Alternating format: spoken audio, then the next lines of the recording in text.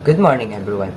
I am Edward, together with Claudine, Marian, Erdef, Jan Rafael, Carl, and the rest of the group too. We are here to introduce you to Realism, Impressionism, and Art Nouveau.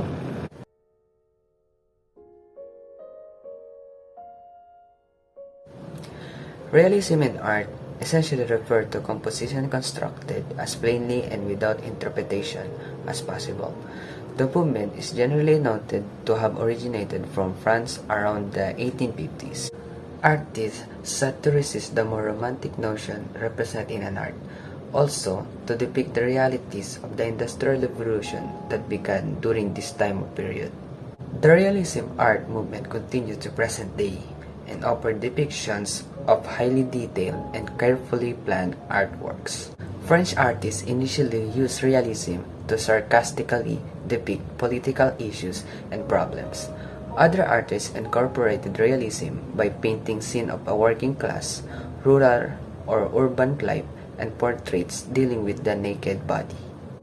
Artists strove to create works that were raw and natural, as close to a photograph as possible. Some artists used realism movement to shed light on a particular plight in society by painting images that were considered ugly or gritty. There are three characteristics of realism: details, color, and accuracy. The first characteristic of realism is the importance of detail, completely opposite of the soft-looking of Romantic Impressionism.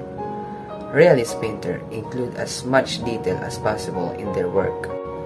Shadows, light reflecting off of surface, depth perception, and perspective needed to be considered carefully to create a work that looked like a viewer could reach out and touch it. For both still life and live composition, this meant to capture the subject with complete clarity. Traditional realism left a little room for interpretation when it comes to creating the form of the subject. October by Jules Bastien Lepage is an example of the importance of detail in realism. The second characteristic of realism is the use of color. Early adopters of realistic style tend to incorporate warmer hues and color palettes in their work. For instance, the execution of Lady Jade Green by Paul Delaroche had extensive use of soft brown, warm red, black, and ivory hues. Modern day realistic still use warm palette, but play with more cooler color combination to create startling effect. And the last characteristic of realism is the photographic accuracy. Realism followed in the heels of Romantic movement in art, which favored bold subject and scenery in order to convey emotional intensity. By contrast, realism sought to capture everyday life in photographic accuracy, down to the correct clothing, settings, and quality of light. This characteristic can be seen in the 1852 painting, Young Lady of the Village, by French artist Gustave Courbet, that depicts Courbet's three sisters in the plain dress enjoying a walk in a countryside along a girl, a few animals, and several unembellished bushes and stone. Now let's start with history of realism. Realist movement. Art history points to mid-19th century France as the realist movement birthplace and Gustave Courbet as its first practitioner.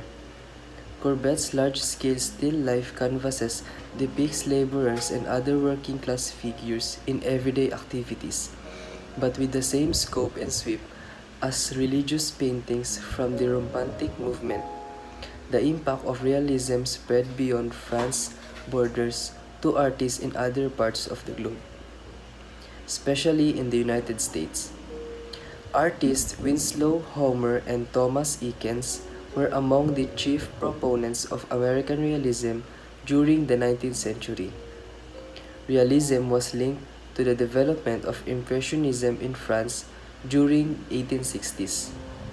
Like realism, Impressionism and its proponents, Claude Monet, Jean Constable, Jean-Baptiste Camille Corot, sought to capture moments taken from everyday life, focusing on interpretation rather than exact detail.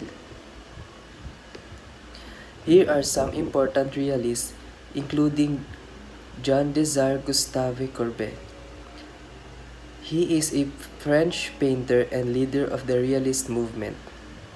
His famous paintings are A Burial at Ornans and The Stonebreaker. A Burial at Ornans, also known as A Funeral at Ornans, is a painting of 1849 to 50 by Gustave Courbet and one of the major turning point of 19th century French art.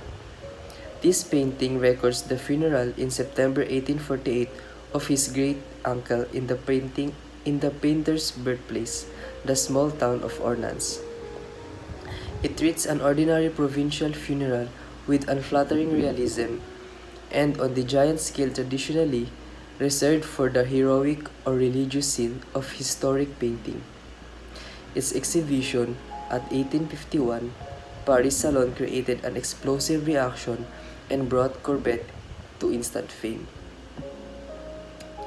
The second is the Stonebreaker, painted in 1849. Depicts two ordinary peasant workers.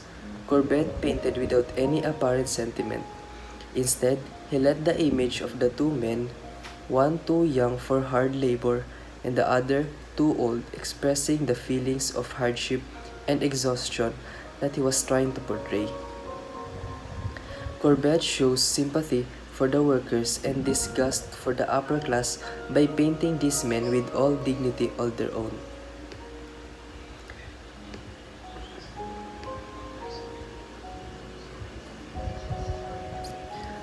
The second realist is Jean-François Millet. He is a French artist and one of the founders of Barbizon School in rural France. His famous paintings are The Winnower and The Gleaners. The Winnower was one of his first paintings in rural labor. It depicts a peasant winnowing. This was the practice of removing chaff. It is the casing of grain, seeds, and other unwanted plant material from harvested grain. The peasant is using a special winnowing fan for this.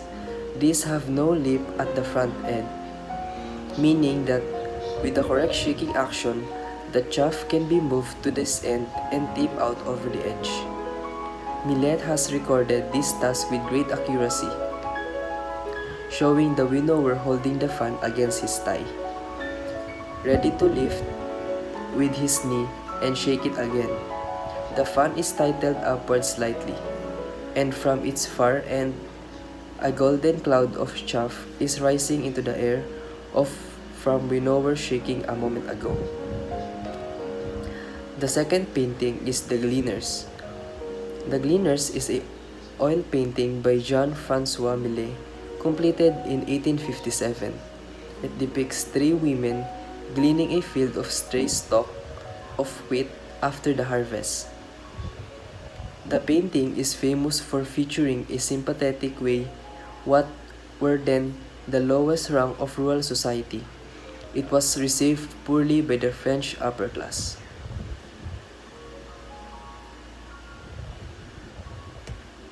Honoré Daumier. Daumier was a printmaker and a painter whose caricature captured the social, political, and economical difference between the city's upper and lower classes and drew attention to the difficult condition under which many French citizens lived. The French painter's work could be brutally frank. His 1834 work, Rue Transonine, Le 15 Avril 1834, showed the aftermath of riot in Paris, in which government troops discharged their weapon on innocent bystander while in pursuit of a suspect. Daumier's work would influence an offshoot of realist art called social realism, which flourished in the United States in 19th and 20th century. Rosa Bonheur, one of the most accomplished female realist painter of the 19th century. Bonheur's image of an animal found in raw beauty of life in France field and farm. Her 1848 work, Flying in the Nivernais, rendered a team of oxen as a majestic creature and won the first prize at the French Salon in that year. Edward Hopper, arguably the most famous figure in the American Realism. Hopper's painting emphasized stillness, detachment, and distance. His 1942 painting, Nighthawks, which spies on the patron and a stop at a late-night dinner, is among the most recognized American art painting.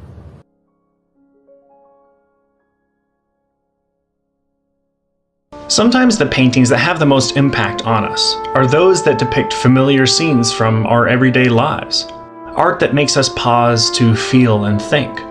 Chief proponent of realism, Gustave Courbet, believed that paintings should represent real and existing things. This was the driving force behind realism, one of the most important periods in French art.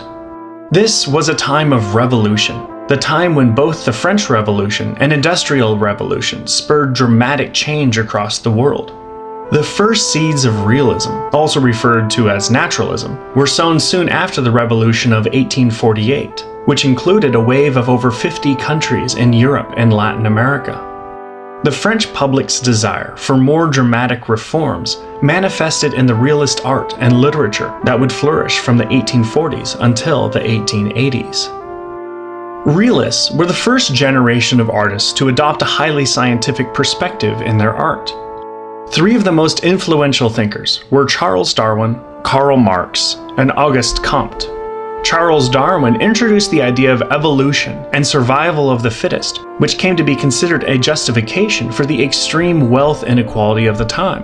Karl Marx, whose response to extreme wealth disparity was equal distribution and increased worker rights under communist government. And Auguste Comte stressed the importance of positivism, focusing on understanding the relationship between cause and effect. In early times, religion, mythology, and philosophy were considered the highest truths. But during the mid and late 1880s, more than ever before, the world that people could see, touch, taste, hear, and feel was considered objective truth. The French Royal Academy, whose endorsement was significant for artists during this time, thought that good art should be beautiful, classically inspired, and in line with French morality. Realist artists challenged all these ideas by painting non-idealized, everyday scenes of middle-class and poor people of modern times. These themes were both a response to the over-idealization of the Romanticism and Neoclassicism that came before, and a reflection of new scientific worldview and concern for human rights. Realism brought the issues and lives of the working class to the forefront, painting a gritty picture of the harsh realities, as well as beautiful joys of normal, everyday lives. Realism in painting was an art of changing times. Realists abandoned classicism and romanticism, preferring to create compelling and socially critical pictures based on direct observations of the world around them. Common characteristics of realist art was a rejection of artistic theory rules, a break from religious and mythological themes, minimal idealization, social criticism, and a scientific lens. Realist art aimed to portray people and scenes as they really were. As a leader of the French realist movement, Gustave Courbet used rural and agrarian people from his native region, as well as scenes of nature on a monumental scale. At the Salon of Paris of 1849 and 1850, Courbet's brilliant examples of realist paintings took the nation by storm. In particular, the Stonebreakers and A Burial at Ornans have come to be regarded as groundbreaking paintings that challenged convention and modern perceptions.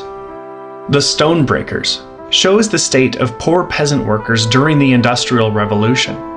It reveals the hardships that miners, farmers, and peasants faced at the hands of factory owners and capitalists. The motionless faces and mellow colors are melancholic, while also informing us about the harsh realities faced by the working class.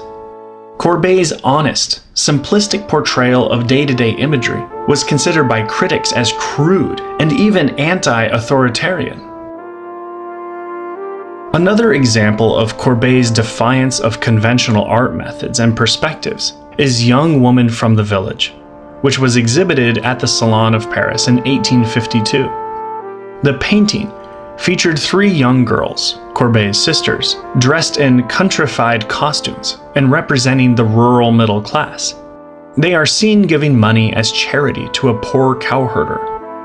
Critics panned this painting, calling it clumsy and tasteless. Despite continuous rejections from critics, Courbet continued undeterred, inspiring many fellow artists, notably Jean-François Millet and Honoré Daumier.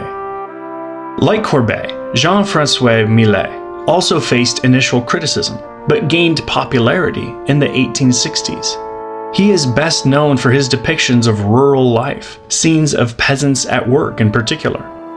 Millet left his home in Paris to settle in Barbizon in 1849 in order to live in closer proximity to his rural subjects. His Sheep Shearing Beneath a Tree in crayon and watercolor is one of his many artworks on the subject of sheep shearing. One of his most emotional compositions, admired and copied by Van Gogh, is First Steps, depicts a father putting down his tools and stretching his arms out for his child's first steps, while the child's mother carefully guides her movements. Millet's most famous work, The Gleaners, depicts rural poverty through three peasant women gleaning grains. Bending over the ground, all three women have their eyes fixed firmly downwards. The scene portrays the hardships faced by peasant women, whose job was to go out into the fields at sunset and pick up ears of corn missed by the harvesters. Millet's portrayal was considered anti-authoritarian, but his conservative style was a far cry from Courbet's less restrained technique. Honoré Daumier was a well-known lithographer who had parodied King Louis Philippe in caricatures. Inspired by the Realism movement, Daumier turned to more realistic portrayals later in his career. His The First Class Carriage and The Third Class Carriage portray the socio-economic distinctions of the time through his experiences traveling in different classes of rail coaches. Edouard Manet, another eminent realist, painted people in natural settings, as seen in the landscape of his painting Luncheon on the Grass. Artist John Sargent practiced his own form of realism, depicting human forms and his characteristic glimmers of light, as seen in Madame X. During the same time, the naturalist literature complemented the realist movement, pushing the working class into the realm of art and literature. Flaubert's Madame Bovary, Tolstoy's War and Peace, and Henry James's Portrait of a Lady were all three realist works still popular today. At the time, the harsh everyday realities in these novels shocked readers, but they also struck a powerful chord. Realist literature was characterized by simple plots and complex characters, social critique, matter-of-fact style, and a focus on the lives and daily struggles of lower and middle-class characters. Plays like Ibsen's A Dollhouse and Chekhov's The Cherry Orchard and Three Sisters were influential works in realist theater. The realist movement spawned two offshoots, the Barbizon School and the Ashken School. The Barbizon School was comprised of French landscape painters in the town of Barbizon. The Ashken School was in the United States and depicted gritty scenes from city life. Realism would go on to influence the work of young progressive artists and pave the way for Impressionism in the late 1800s.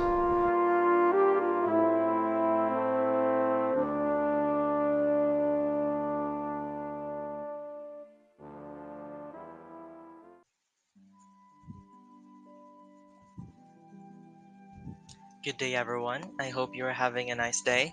Today, we are gonna talk about Art Nouveau.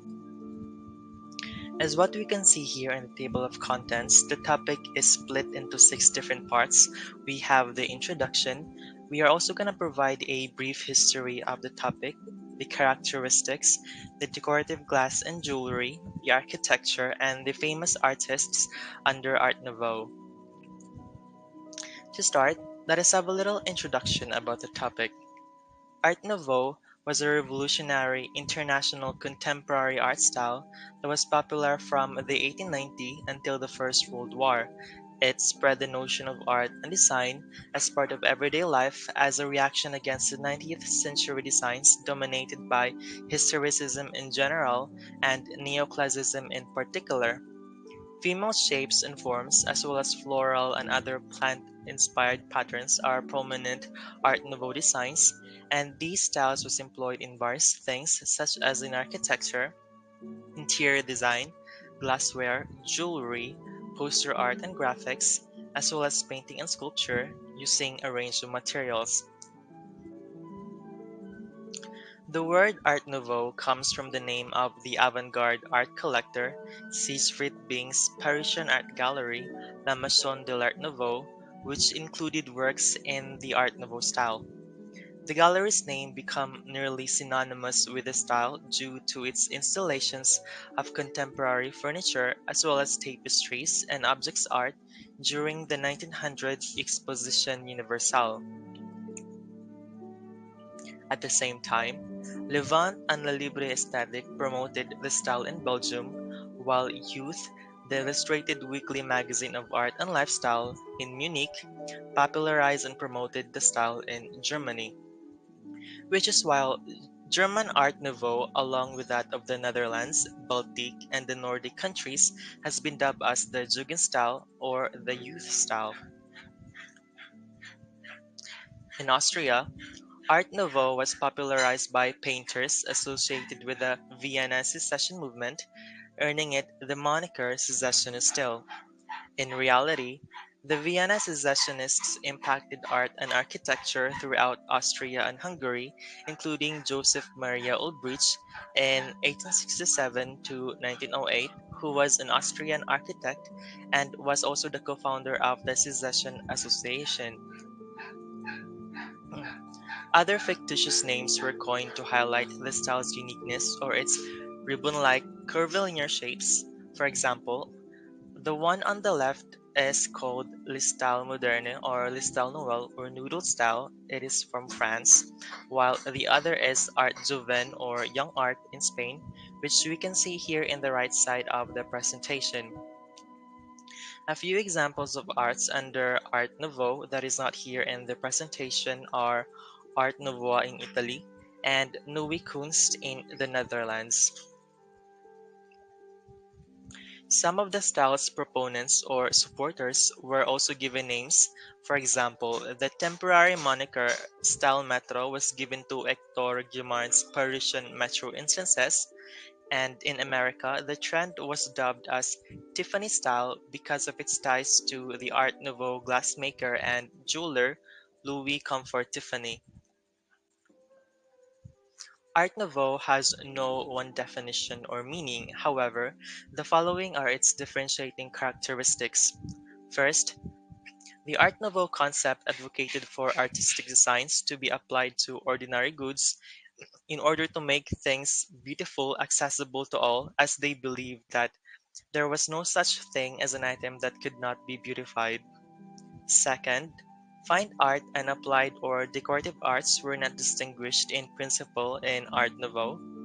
Third, the style was a response to a world of art dominated by neoclassical forms of rigid geometry. It was looking for a new visual design language that was as far removed from the historical and classical models used by the art schools as feasible. And lastly, Art Nouveau has a wide range of artistic interpretations, as some artists exploited new low-cost materials and mass production processes, while others used more expensive materials and emphasized great craftsmanship. That is all for the first three bits of our report. The last three parts will be done by Mr. Glass and jewelry. This water lily table lamp is one of Tiffany's most successfully executed designs for his firm's well-known leaded glass products. The overall organic character of the lamp is emphasized throughout the piece in its details. The bronze support replicates broad, flat lily pads clustered around the base, out of which rise attenuated climbing stems that disappear into the shade and re-emerge in glass at the crown, drawing the eye to the cascading blossoms in the irregular border. A variety of glass was used to great advantage, as seen in the alternation of the pink opalescent stems with those of translucent strip blue, giving the appearance of a bog where water lilies might be found. This lamp was designed by Louis Comfort Tiffany in New York at 1848 to 1933.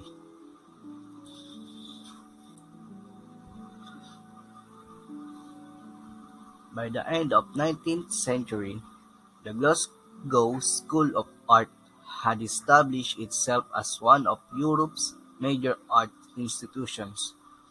The school's renowned soared in fields like architecture and ornamental arts, and it became associated with its own distinct style, the Glasgow style. This is made by Charles Sweeney Mackintosh in Glasgow. Gall was always experimenting with the new glass art techniques. Glass marquetry, or the application of layers of glass to an item, was one of his key achievements. Emile Gall in Nancy. Enameling. Enameling reached new heights during the Art Nouveau period, as did the advent of new materials including molded glass, horn, and ivory. Louis Comfort Tiffany was an American luxury item designer who worked mostly with glass.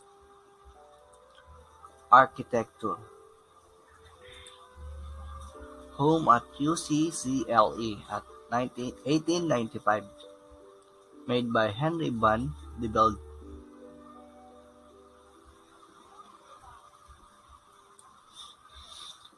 These are some of Henry van de Velde made Hotel Tassel at 1892 to 1893, Maison de Popol at 1896 to 1899 in Brussels. Famous arts of Nouveau. Famous artists of Nouveau. Jules Cheret.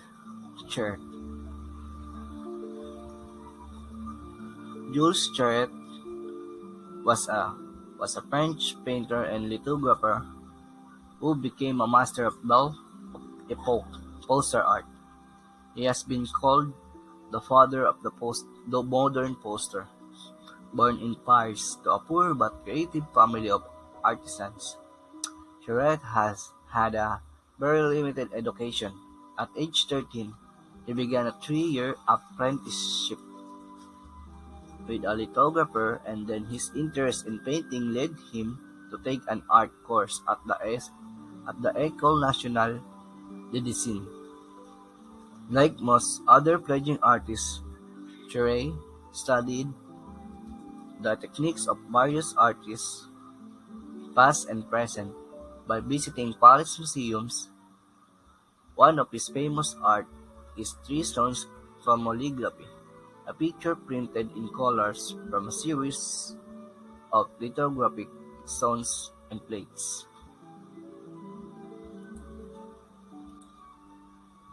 Alphonse Mucha. Alphonse Mucha, known internationally as Alphonse Mucha, was a Bohemian and Czech painter, illustrator, and graphic artist living in Paris during the Art Nouveau period. Best known for his distinctly stylized and decorative theatrical posters, particularly those of Sarah Bernhardt. He produced illustrations, advertisements, decorative panels, and designs, which became among the best-known images of the period. One of his famous art is Reverie. The lithograph Reverie was executed in 1897, originally intended to illustrate the 1898 Champenois Company's calendar. The lithograph was instantly popular and was published in the magazines La Plume with the title Reverie. Émile Gall. Émile Gall was a French artist and designer who worked in glass and is considered to be one of the major innovators in the French Art Nouveau movement. He was a leading initiator of the Art Nouveau style and of the modern renaissance of French art glass. Louis Comfort Tiffany. Louis Comfort Tiffany was an American artist and designer who worked in the decorative arts and is best known for his work in stained glass. He is the American artist most associated with Art Nouveau and aesthetic movements. A revered painter and a leader of Art Nouveau movement, LCT brought a distinctly American design sensibility to the jewelry and objects at Tiffany, inspired by the graphic disorder of nature, flowers and foliage, fruits and insects, and the varied American landscape. LCT became known for its organic designs.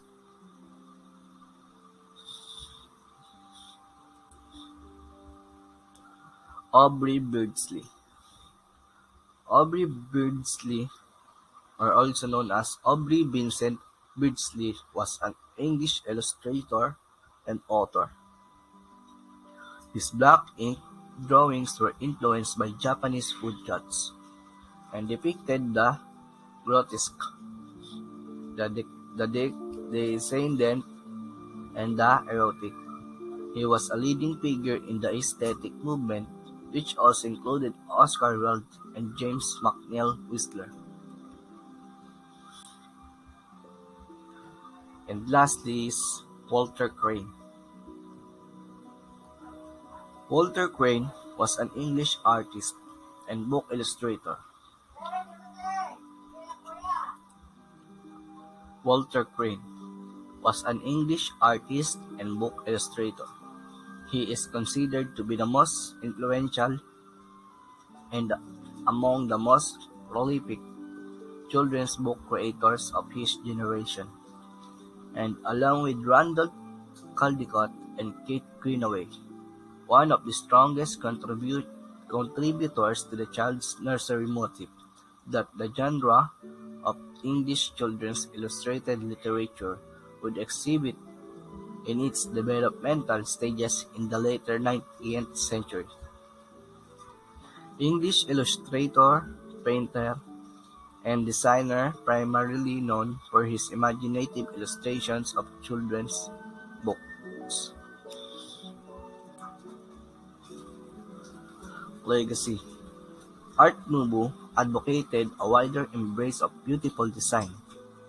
It did not reduce the usefulness of the machine or mass production. It took advantage of several late 19th century technical breakthroughs.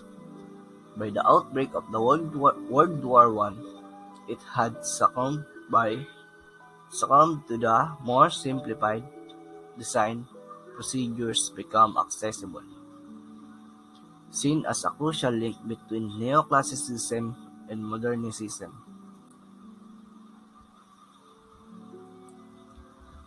That's all. Thank you for listening. By the late 1800s, art in Europe had taken a decidedly academic turn. To be considered a serious artist, individuals had to attend one of the many arts academies. They needed to commit to a rigorous study of line, shape, form, and texture, with the ultimate goal of producing paintings of idealized figures and landscapes. And of course, for all the artists who did just that, some thought academic art was rubbish and reacted accordingly. They believed art isn't meant to be studied like science or math. They thought art flows from the soul, twists through the consciousness, and decorates life with its beauty. These rebel artists, driven to impart their own style in the art world, were the innovators of the very short but highly influential movement known as Art Nouveau. Lasting from approximately 1890 to 1910, Art Nouveau, which means new art in French, moved away from imitation of real subjects and moved towards the flowing and twisting lines and shapes of nature. Art Nouveau pieces are organic in their ornamentation, featuring what many art historians call whiplash curves, decorating every available surface. Due to the opening of foreign relations with Japan, the flowing lines of Japanese woodblock prints became a new inspiration for European artists. The simplicity, muted colors, and rich two-dimensional imagery are prominent features of both Japanese prints and Art Nouveau design. Art Nouveau artists were also influenced by the arts and crafts movement's emphasis on hand craftsmanship and the highly expressive paintings of post-impressionists. Common characteristics of Art Nouveau are muted colors like olive green, carnation pink, and periwinkle blue, writhing and swirling lines, as well as natural imagery. Nature illustrations of deep-sea creatures and plants published by biologists were used as artist reference books. Examples of this new art can be found in all art forms during this time. Sculpture and painting, of course, but also architecture, jewelry, household items, and graphics. The view that sculpture and painting were superior to crafts was passionately challenged. This movement innovated interior design as artists strove for harmony and continuity in decor. These artists wanted to replace the mishmash of mass-produced items, antiques, and classical imitations with well-made original and coordinated decorations and furniture. Art Nouveau was the first artistic movement to give serious credibility to the graphic arts, especially the poster as an art form. The immensely popular posters designed by Henry Toulouse-Lautrec, for example, contain illustrations and decorative lettering that practically foretells art's later emphasis on graphic design. In addition to posters, Art Nouveau's graphics beautified book covers, catalogs, and playbills. Louis Comfort Tiffany's designs in glass, with their imagery taken directly from the natural world, are also prime examples of Art Nouveau. Tiffany's stained glass lamps and windows are special because, unlike typical stained glass, which is created by painting on clear glass, Tiffany's windows and lamps featured subtly dyed, opalescent glass. The ornamental nature of famed Austrian painter Gustav Klimt, whose work is another example of Art Nouveau at its most dominant. His work is decorative, colorful, and contained gold leaf, like in the painting The Kiss and the portrait of Adele Bloch-Bauer, which leave no space unadorned. The twisting organic lines of Art Nouveau can also be found in the paintings and illustrations of Czech artist Alfons Mucha. His elongated depictions of actresses and fantasy women, decorated advertisements, theater posters, and more. One of Mucha's best-known works is a set of decorative panels, The Seasons, which personifies the seasons as sensuous women that illustrate both the character of each season individually, as well as the harmony of seasons throughout the year. Art Nouveau had a great run, and even though it lasted only 20 years, the work produced during this period made a lasting impression on the art world. Towards the end of Art Nouveau's heyday, the prevailing aesthetic eventually gave way to the more industrial lines of modernism and the more predictable geometric forms of Art Deco. Still, the influence and appreciation of Art Nouveau's organic forms and prolific ornamentation has lasted through today.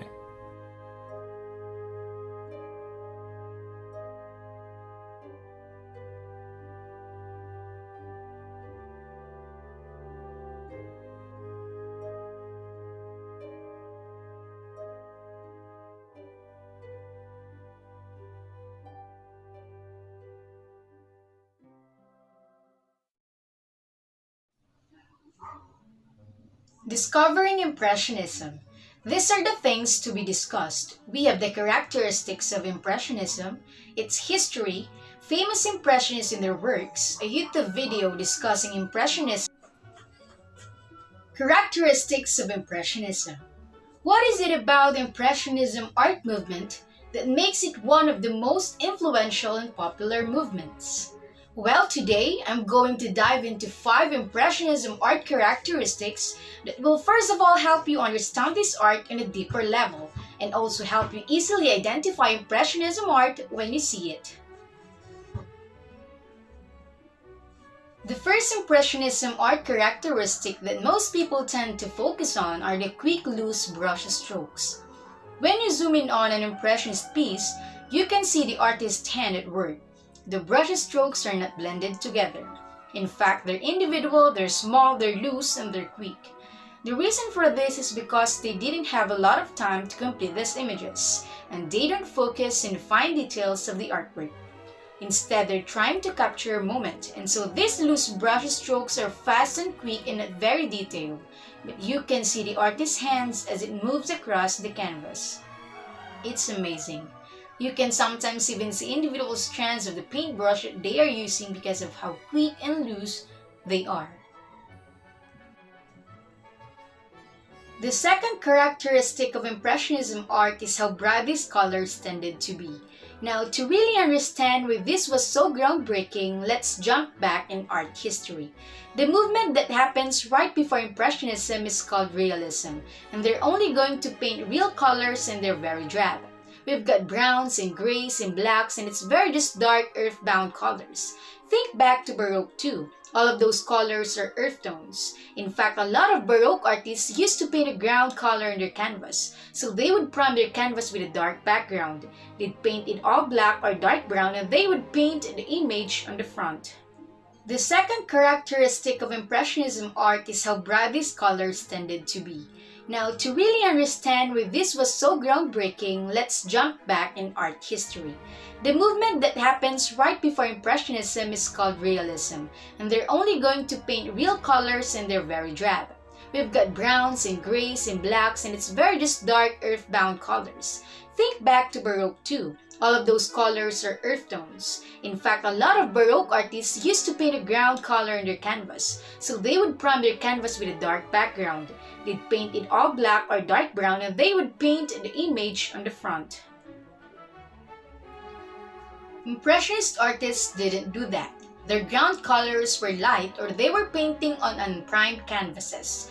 So these Impressionist artists painted on lighter backgrounds, and they used hues from the light spectrum. We have red, orange, yellow, green, blue, indigo, and violet. The other thing these Impressionist artists did was they didn't blend their colors. They often would put these bright stark colors next to each other, a complementary to give us this more vibrant, alive feeling. Using hues from the light spectrum on this light ground and not blending the colors, but often having complementary colors next to each other, created colorful, bright, vibrant paintings. The fourth characteristic of Impressionism art is non-local color. Let me explain. The term local color means the color an object would naturally appear when it's in neutral white light. Another way to think of this is colors that we naturally attribute to things, like grass is green, snow is white, the sky is blue. That's what local color means. But Impressionist artists didn't necessarily like local color. They wanted to capture things in the moment. They wanted to depict objects in the light that they saw at certain times of day or in certain environments. So these objects didn't necessarily have the colors we would naturally attribute to them, but what they looked like as the Impressionists were painting in plein air. Water could be purple, grass could be blue, and the mountain range could be orange. Lastly, an Impressionism paintings become clearer the further away from the canvas you are closer. You view Impressionism art, the less clear it becomes and the more chaotic it gets. You see the artist's hand in every individual brush stroke, in globs of paint, but the painting lacks detail. But as you move further away from painting, the scene, the emotion, and the details become clearer. This often connects with how people experience the world as we age. We realize how chaotic and messy life in the world is, and somehow the entire messy picture makes more sense. An art enthusiast named Mrs. Andler said this: "I love the way Impressionist art makes me feel. This idea of capturing a moment in time exactly as it is for one brief second before it disappears and having it last forever is such a beautiful image to me. I love the experience of seeing these images in real life, the ability to get close, to see the individual artist, to know a hand created this, and then to step back as everything comes together. It's a wonderful experience." Now, understanding these Impressionist art characteristics will help us understand this type of art a little bit better. We should also be able to easily identify an Impressionist piece the next time we see one. History of Impressionism. Impressionism was a radical art movement that began in the late 1800s, centered primarily on Parisian painters. Impressionists rebelled against classical subject matter and embraced modernity, desiring to create works that reflected the world in which they lived. Uniting them was a focus on how light could define a moment in time, with color providing definition instead of black lines. The Impressionists emphasized the practice of plein air painting or painting outside. Initially derided by critics, Impressionism has since been embraced as one of the most popular and influential art styles in Western history. Impressionism coalesced in the 1860s when a group of painters including Claude Monet, Alfred Sisley, and Pierre-Auguste Renoir pursued the plein air painting together. American John Rad never joined the ranks as a prominent artist, but as a painter living in London, he designed in 1841 a device that would revolutionize the art world, paint in a tube. His clever new technology offered easily portable, pre-mixed paint and allowed painters to bring their process outdoors. Rand's technological leap allowed spontaneity and a casual quality to the work of Impressionists. Over time, other artists joined in the practice, and their exploration together moves from indoor studios to outdoor cafes with regular get-togethers to discuss their ideas.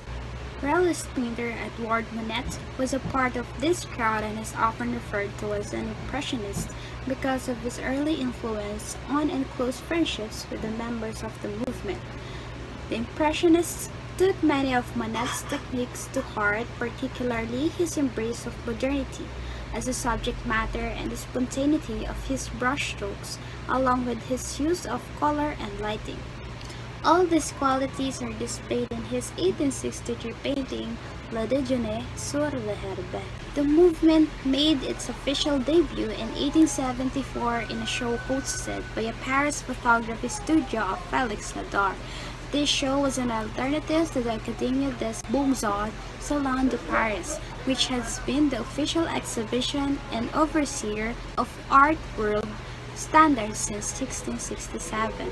Comprised of works submitted to the Salon that were rejected by the Academy, the group calling itself the Cooperative and Anonymous Association of Painters, Sculptors, and Engravers featured 30 artists showing work including some of the most now famous names in arts: Monet, Renoir, Sisley, Paul Cézanne, Edgar Degas, and Camille Pissarro. The Impressionists took their name from an insult hurled by the press at one of the Monet's paintings, Impression Sunrise. Critics heaped scorn at the work presented in the show as unfinished and compared unfavorably to wallpaper. Important Impressionists. Claude Monet is one of the most famous Impressionist painters who was born in France in 1840. Monet's father wanted him to go into the family's business, but he wanted to be an artist.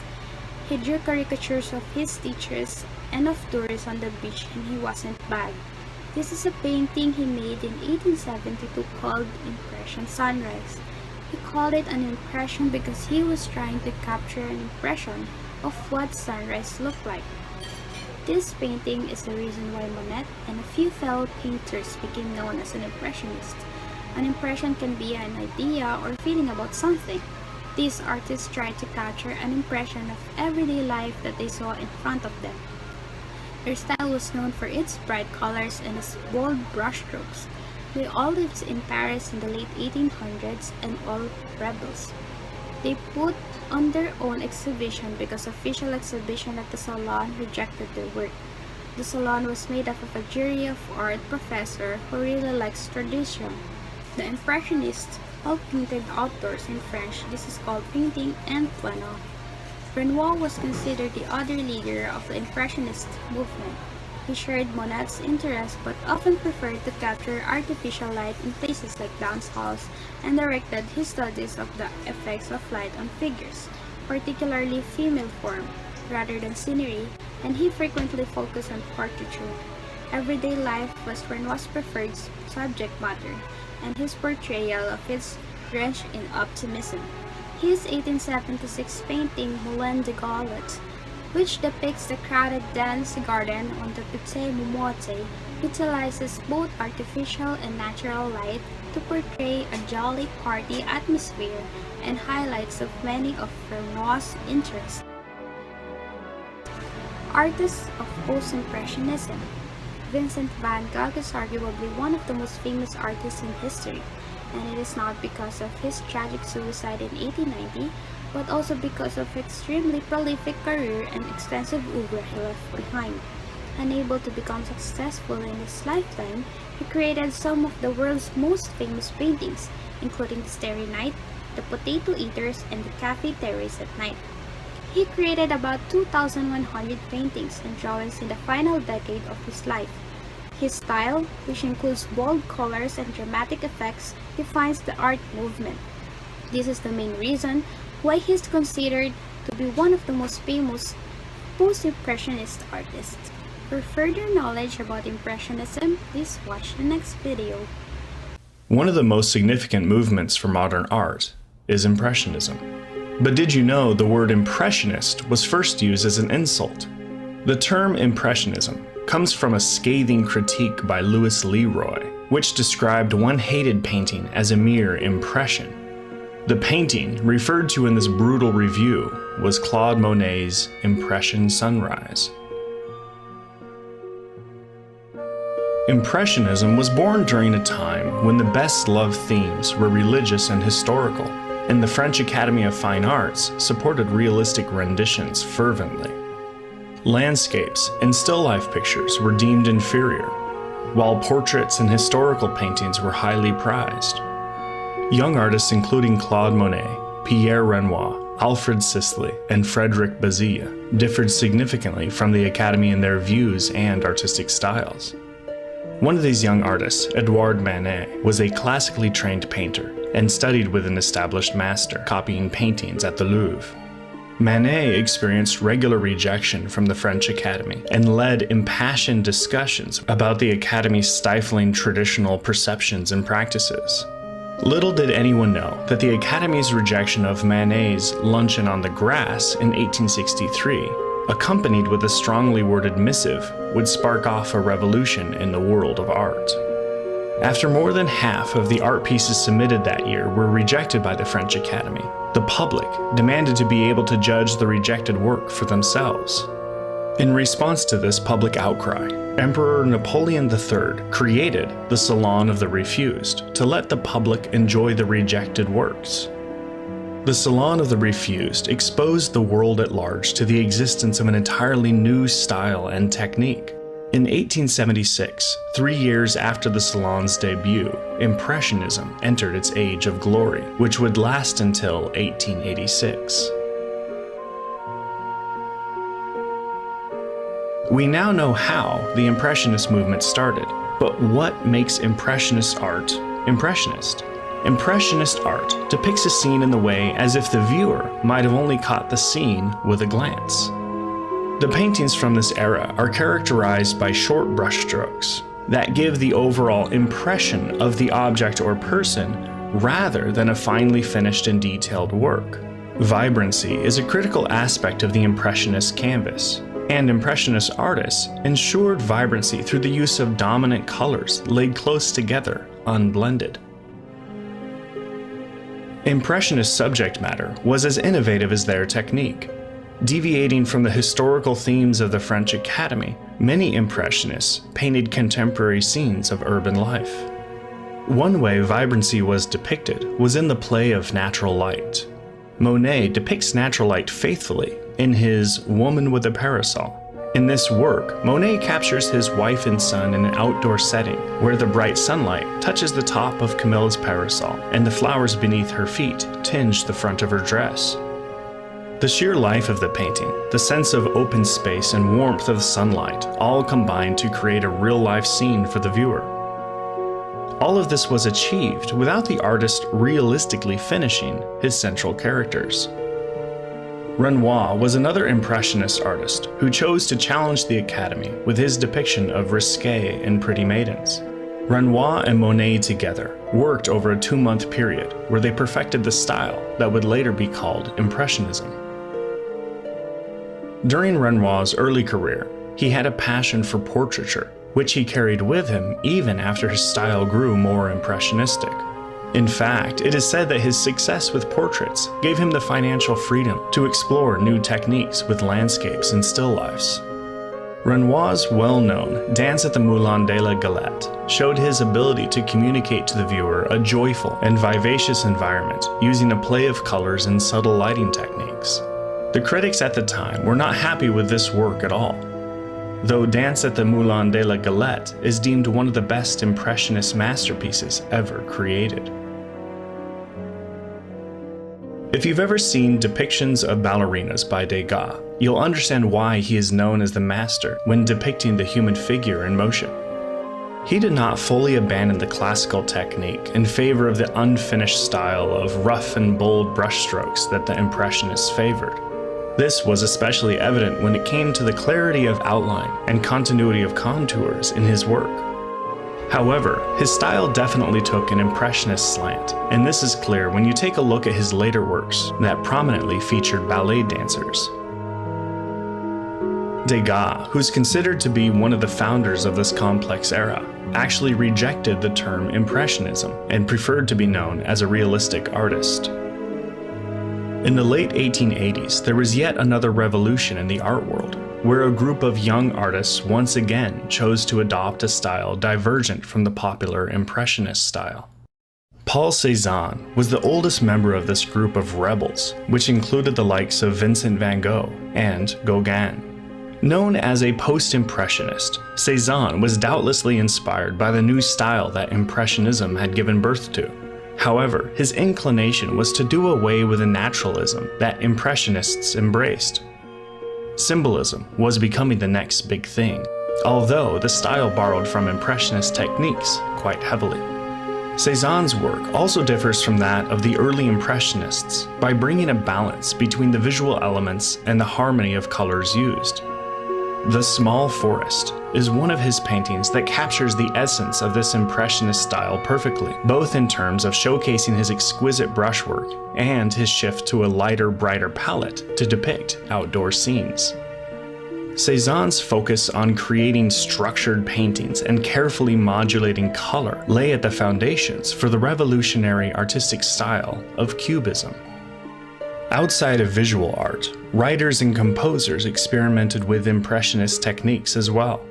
Charles Baudelaire's volume of poetry, The Flowers of Evil, inspired the symbolist movement in literature, which, like Impressionist artwork, communicated through non-formulaic impressions, with the goal of expressing the essence of a subject rather than reproducing it. Inspired by such poets, composer Claude Debussy deviated from the rigid formal structures such as the sonata and symphony in favor of less rigidly defined tonalities tailored to express the emotional themes of his work.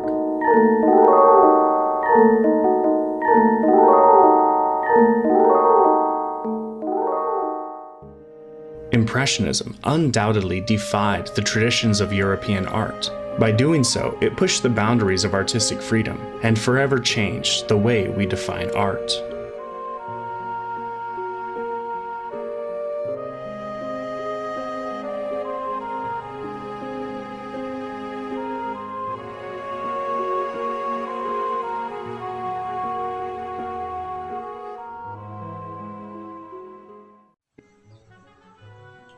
How about post-impressionism?